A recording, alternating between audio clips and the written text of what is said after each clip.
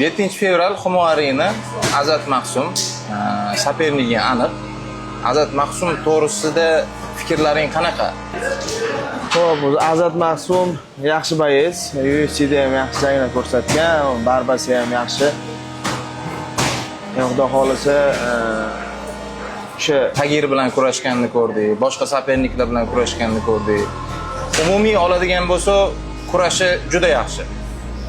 Sen nima deb o'ylaysan? tayyorlanyapman. Xudo xolisa 7-fevral kuni to'qnashib, kimning barbasi qanaqaligini bila olamizda. Xudo xolisa o'shanga qarab yaxshi tayyorlanyapman.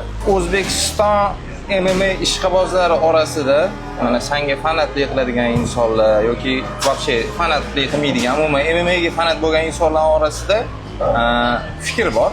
Ramazon Temirovga stoykasi juda ham yaxshi, qo'lda urishi, oyoqda urishi juda ham yaxshi. Lekin grappling tomonlama Ramazon kuchsiz degan fikr bor. Biz bu fikrni qattiq eshitdik. Asu bilan bo'lish kerak bo'lgan bo'yindan oldingi fikrlar bular. Sen o'zing bu narsaga qanaqa qaraysan? Seni fikring qanaqa o'zingni grappling bo'yicha?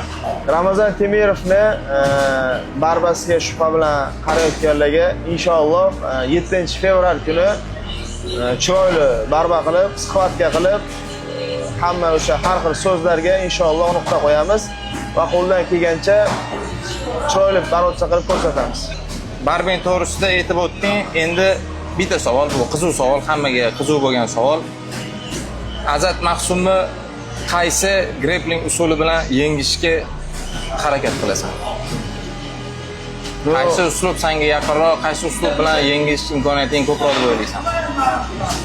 Men har doim janglarimda ham aytganman, men bu narsa bilan mana qilaman deb katta gapira olmayman, hammasi Allohda.